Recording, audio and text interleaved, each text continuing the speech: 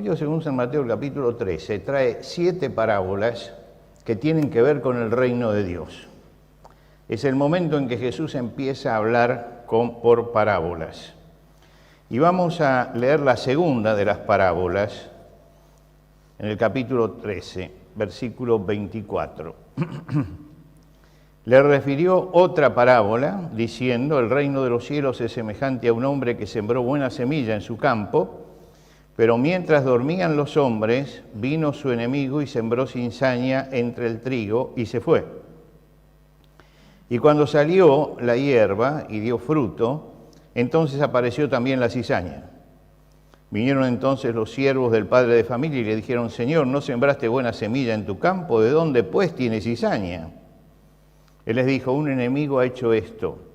Y los siervos le dijeron: ¿quieres que vayamos y la arranquemos?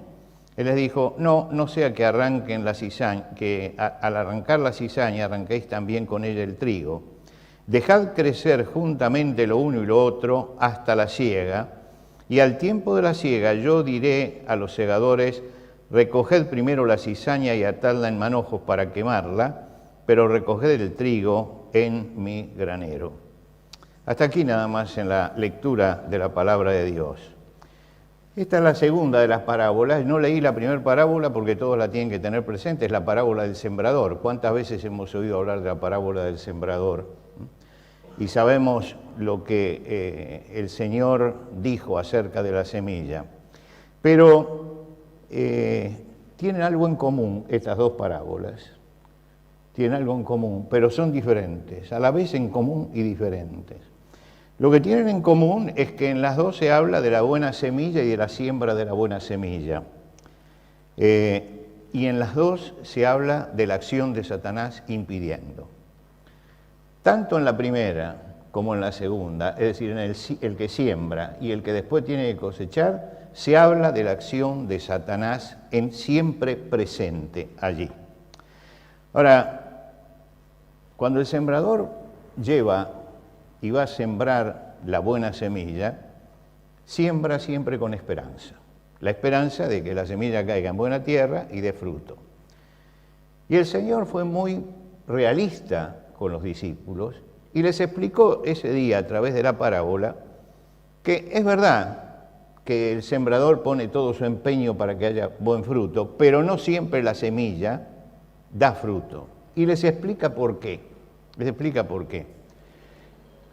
¿Por qué? Porque dice, mientras que siembra el sembrador, hay un enemigo que está al acecho. Y ese enemigo no quiere que la semilla crezca, no quiere que la semilla avance. Y esto, dice, va a ser la lucha de lo que nosotros llamaríamos la lucha de la evangelización, que cuando queremos llegar con la semilla a otro, vamos a tener la presencia del enemigo allí haciendo fuerza en sentido contrario. El apóstol Pablo, cuando escribe la carta a los Efesios, aclara esto. No tenemos lucha contra sangre y carne, no es una lucha entre seres humanos, es una lucha espiritual.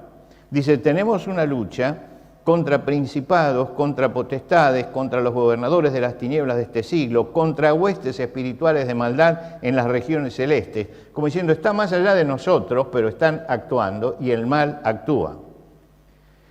Ahora, ¿por qué no quiere Satanás que llegue la semilla? ¿Qué es lo que lo mueve a impedir que la semilla llegue? Solamente con un versículo de Salmo se nos aclara esto. La ley de Jehová es perfecta que convierte el alma. Es decir, la persona que recibe la palabra de Dios cambia. Se convierte, decimos, ¿no? Lo que se convierte es el alma, es la parte de adentro nuestra. Se saca a la persona del camino de Satanás.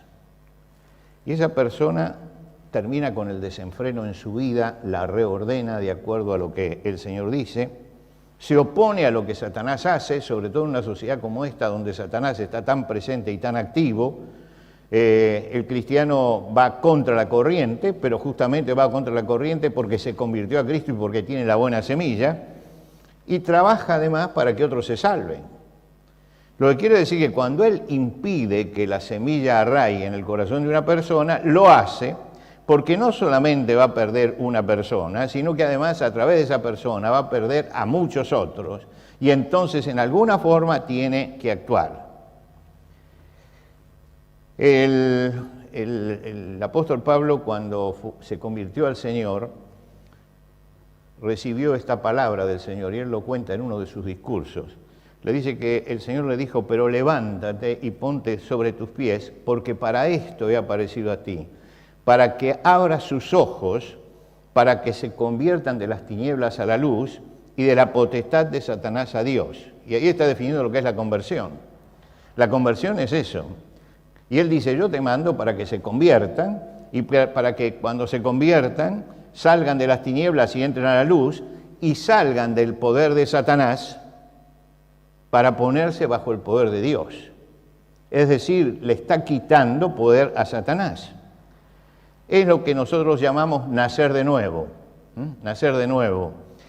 El apóstol Pedro dice: siendo renacidos no de simiente corruptible, sino de incorruptible, por la palabra de Dios que vive y resplandece para siempre. Es decir, hay un nuevo nacimiento. La semilla empezó a crecer. Y no solamente eso, sino que cuando recibimos la semilla, recibimos al Espíritu Santo, y el Espíritu Santo nos da poder para vencer en la vida espiritual. No es nuestra fuerza la que vence, lo que vence es el poder del Espíritu Santo que está en nosotros.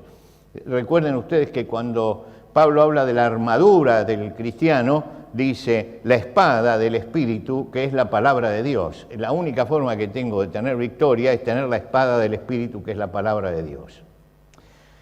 Ahora, la oposición de Satanás a la palabra aparece ya en esta primer parábola. ¿Por qué? Porque Jesucristo compara la palabra de Dios con una semilla que germina, crece y se multiplica, pero mostró también el interés de Satanás porque esto no suceda. Y dice: ¿por qué no sucede? Porque una cae junto al camino y viene el malo y la arrebata. ¿Quién es el malo? El malo es Satanás, que viene y la arrebata. Lo que fue sembrado en el corazón lo saca antes de que arraigue. Quiere decir que hay una tarea primaria de Satanás ya cuando la semilla llegó. Dice: otra cayó en pedregales, y viene la aflicción o la persecución.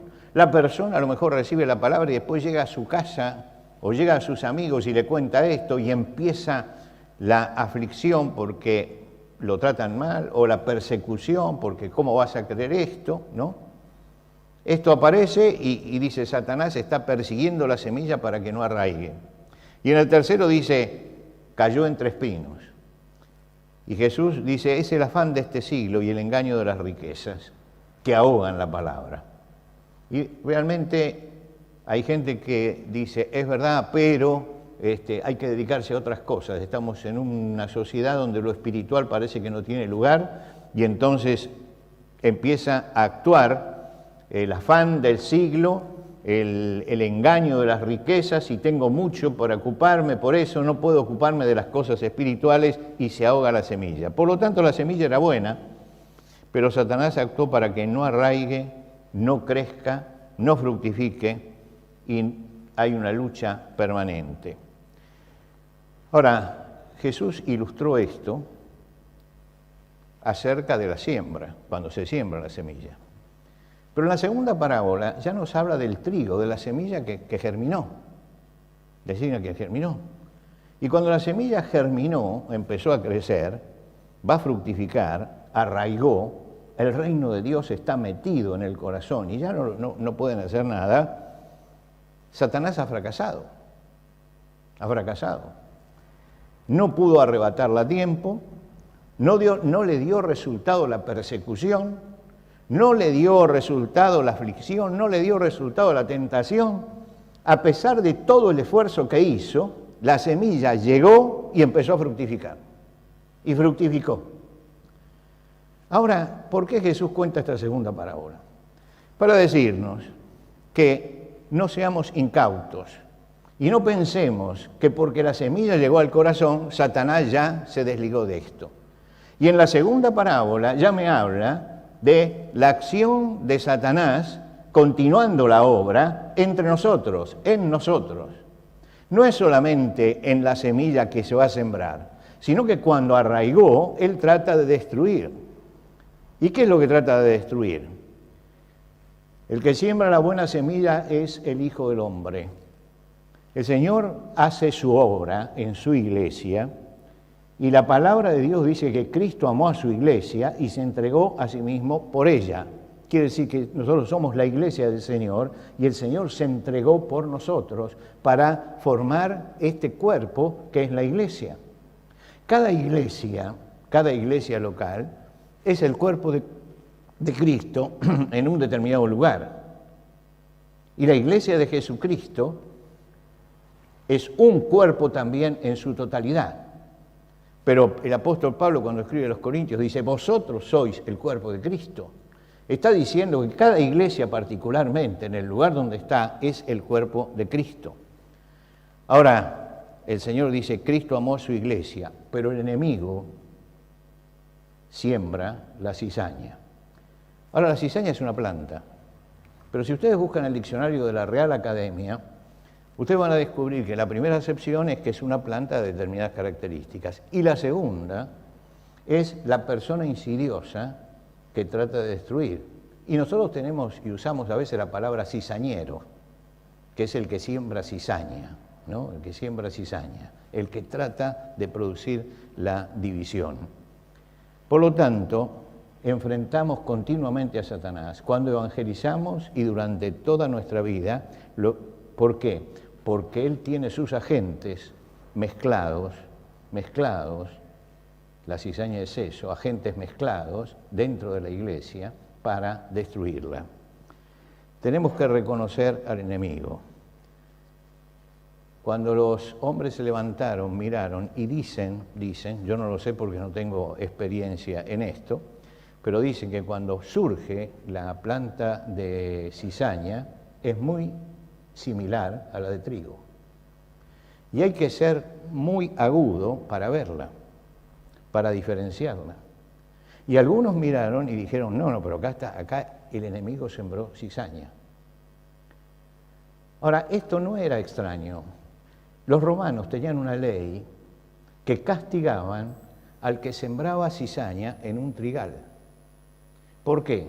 Porque muchos, vaya a saber por qué motivo, por vengarse, para arruinar los negocios o lo que sea, esperaban la noche para sembrar cizaña y para que crecieran juntas. Si los segadores no se daban cuenta y hacían harina del trigo y la cizaña, el pan salía amargo, daba dolores de estómago, producía vómitos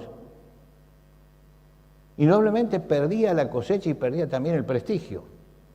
Cuando se acercan allí, el Señor habla de Satanás poniendo personeros de él que trabajan para él y los infiltra para sembrar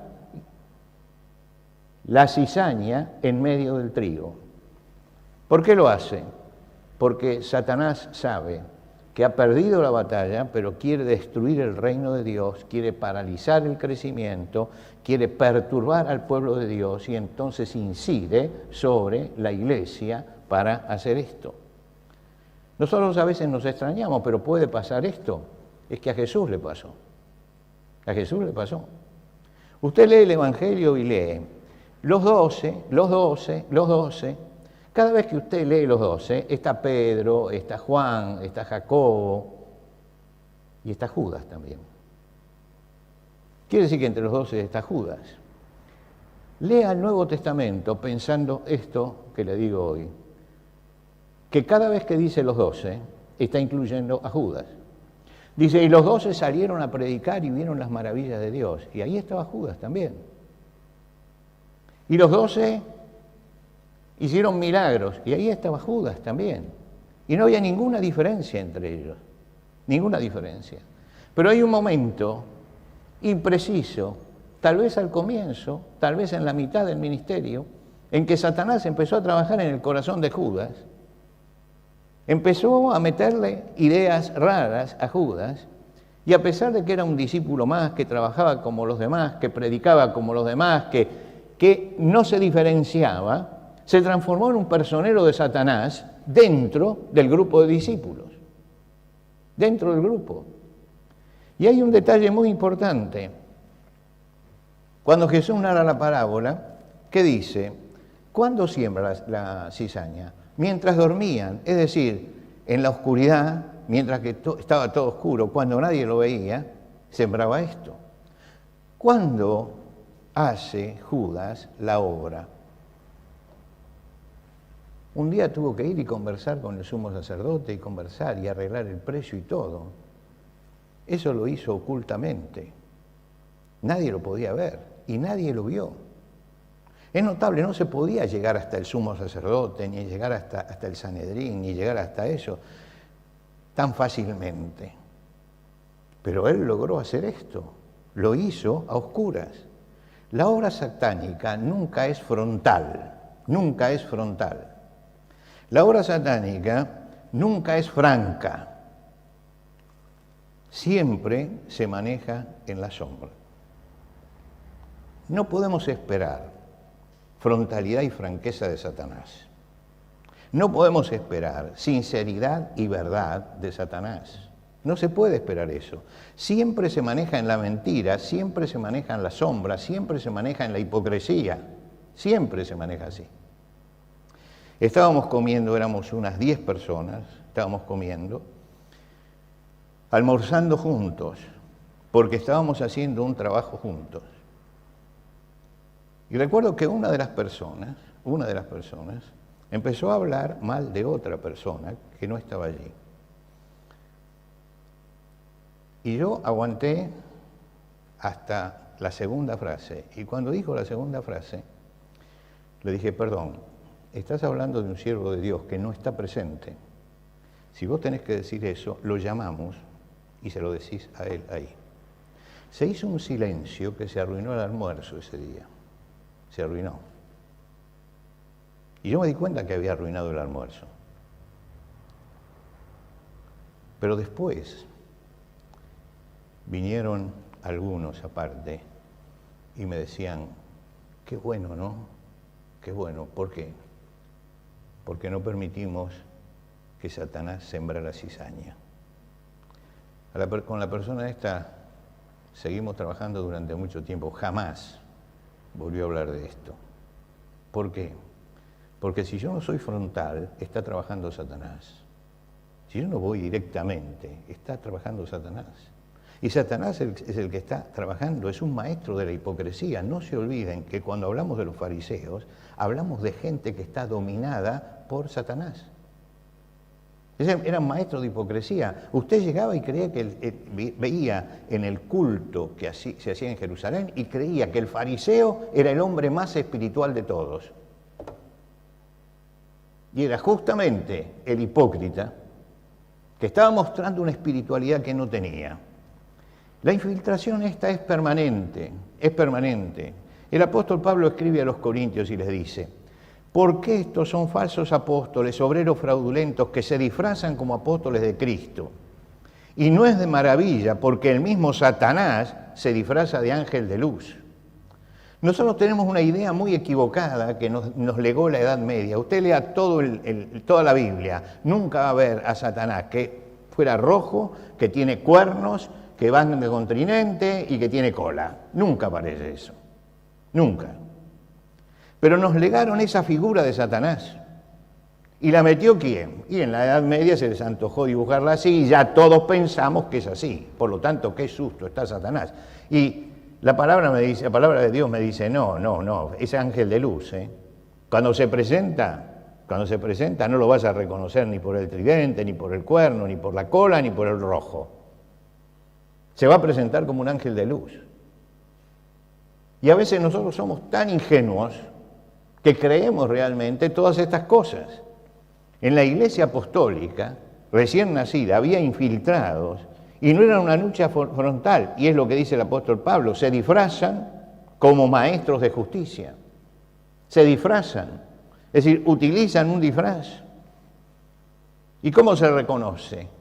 Miren, el Señor Jesucristo dijo algo muy importante. No es la confesión de fe lo que define a una persona. No es la confesión de fe. A veces podemos recitar el credo, creo en Dios Padre Todopoderoso, Creador del cielo. No, pero yo lo creo, sí, el demonio también lo cree. ¿Qué es lo que diferencia? El Señor dijo, por su fruto los conoceréis, los resultados que hay en su vida. Esto es lo que diferencia, al sembrador de trigo del sembrador de cizaña.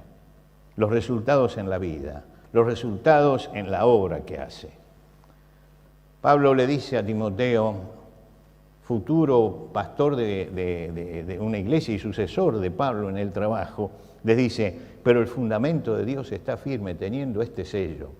Conoce el Señor a los que son suyos, esto es el conocimiento de Dios, y apártese de iniquidad todo aquel que invoca el nombre del Señor. Esto es lo que yo puedo ver. Yo no puedo ver la lista que tiene Dios de los que son suyos. Yo no la puedo ver. Pero sí puedo ver los resultados de lo que él cree en su vida. Apártese de iniquidad.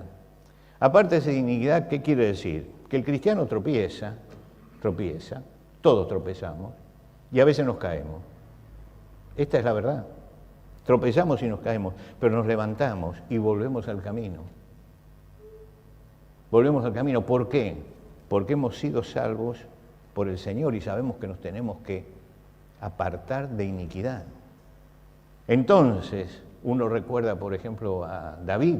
David fue un gran rey, pero fue también un gran pecador. Y hay un momento en que lo confrontan con la palabra y le dice, mira, esto, ¿y qué hace? Inmediatamente vuelve y se aleja de la iniquidad. ¿Por qué? Porque era un hombre sincero y temeroso de Dios. Y el que es sincero y temeroso de Dios siempre va a dar un fruto de arrepentimiento y siempre va a volver al Señor. Tenemos que tener cuidado en nuestra vida espiritual y cuidarnos a nosotros mismos. En primer lugar, cuidarnos a nosotros mismos. Nosotros tenemos que ser los guardianes de nuestra propia vida. Tenemos que mirarnos todos los días por adentro. Podemos desviarnos del camino. Hay situaciones en la vida que nos llevan a desviarnos del camino. Hay un pasaje muy curioso en la primera carta a Timoteo, donde el apóstol habla de las viudas jóvenes,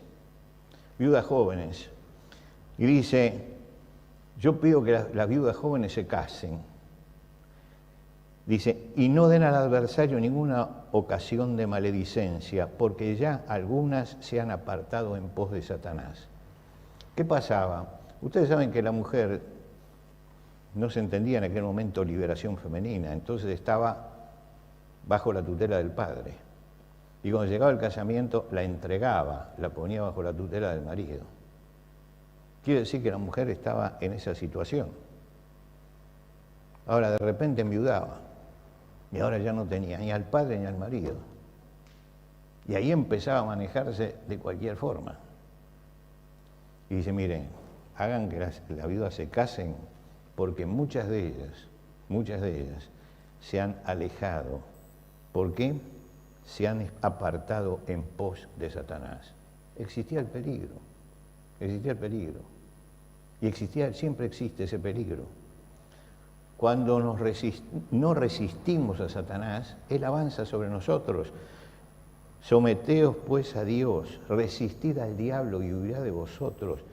Va a decir la palabra de Dios, no hay tentación que no se pueda resistir, porque Dios no deja que haya una tentación que sea sobrehumana, sino que nos manda el oportuno socorro.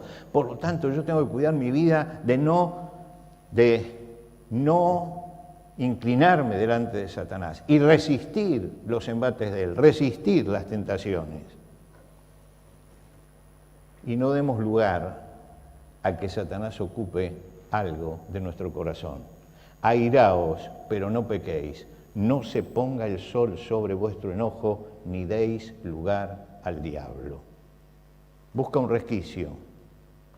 Y cuando tengo la guardia baja, ¡pum!, allí se metió Satanás. La parábola esta que leímos es una advertencia, y es una fuerte advertencia, a que no seamos incautos, a que no seamos inocentes, y que hay que ser siempre frontal, siempre frontal. Es un llamado a vivir la realidad espiritual. Satanás se va a presentar como ángel de luz tratando de convencernos, pero es un león rugiente que está buscando a quien devorar. Cuando leemos la palabra de Dios tenemos una carta allí un poco olvidada en el Nuevo Testamento. Hay una carta de Judas, no del Judas que traicionó a Jesús, sino del otro discípulo que se llamaba Judas, que era un excelente defensor de la fe. Mire la importancia que ha tenido el Judas malo, por así decirlo, el que traicionó a Jesús, que nadie se acuerda de Judas Tadeo y nadie le pone Judas a su hijo. Porque el otro parece que se ocupó todo el escenario. Pero hay un Judas que nos habla de contender ardientemente por la fe que fue dada una vez a los santos. Contender, ¿qué significa contender? Pelear por la fe que fue una vez dada a los santos. Y yo quisiera terminar esta reflexión con las mismas palabras con que él termina su carta después de haber advertido a los cristianos de las infiltraciones de Satanás dentro del pueblo de Dios. Y él dice, pero vosotros, amados, edificándoos sobre vuestra santísima fe, orando en el Espíritu Santo, conservaos en el amor de Dios, esperando la misericordia de nuestro Señor Jesucristo para vida eterna. Y aquel que es poderoso para guardaros sin caída y presentaros sin mancha delante de su gloria con gran alegría, al único y sabio Dios, nuestro Salvador, sea gloria y majestad, imperio y potencia, ahora y por todos los siglos. Amén. Estas son las palabras finales de la carta. Y es un llamado, toda la carta, que es muy breve, tiene muy pocos versículos, tiene 25 versículos y es un solo capítulo. Y está ya al final. Es un llamado a que no seamos incautos en nuestra vida espiritual y que realmente pongamos nuestra mira en el Señor y pensemos que no estamos en un lecho de rosas. Estamos siempre luchando contra el enemigo y el enemigo tiene sus personeros. Y esos personeros de Satanás siempre están incidiendo sobre el cuerpo de Cristo en todo tiempo y en todo lugar para que no se pueda cumplir el ministerio que la Iglesia del Señor tiene. El único que puede guardarnos sin caída y presentarnos sin mancha es el poderoso Señor nuestro, el único y sabio Dios. Y es en quien tenemos que confiar para poder seguir adelante.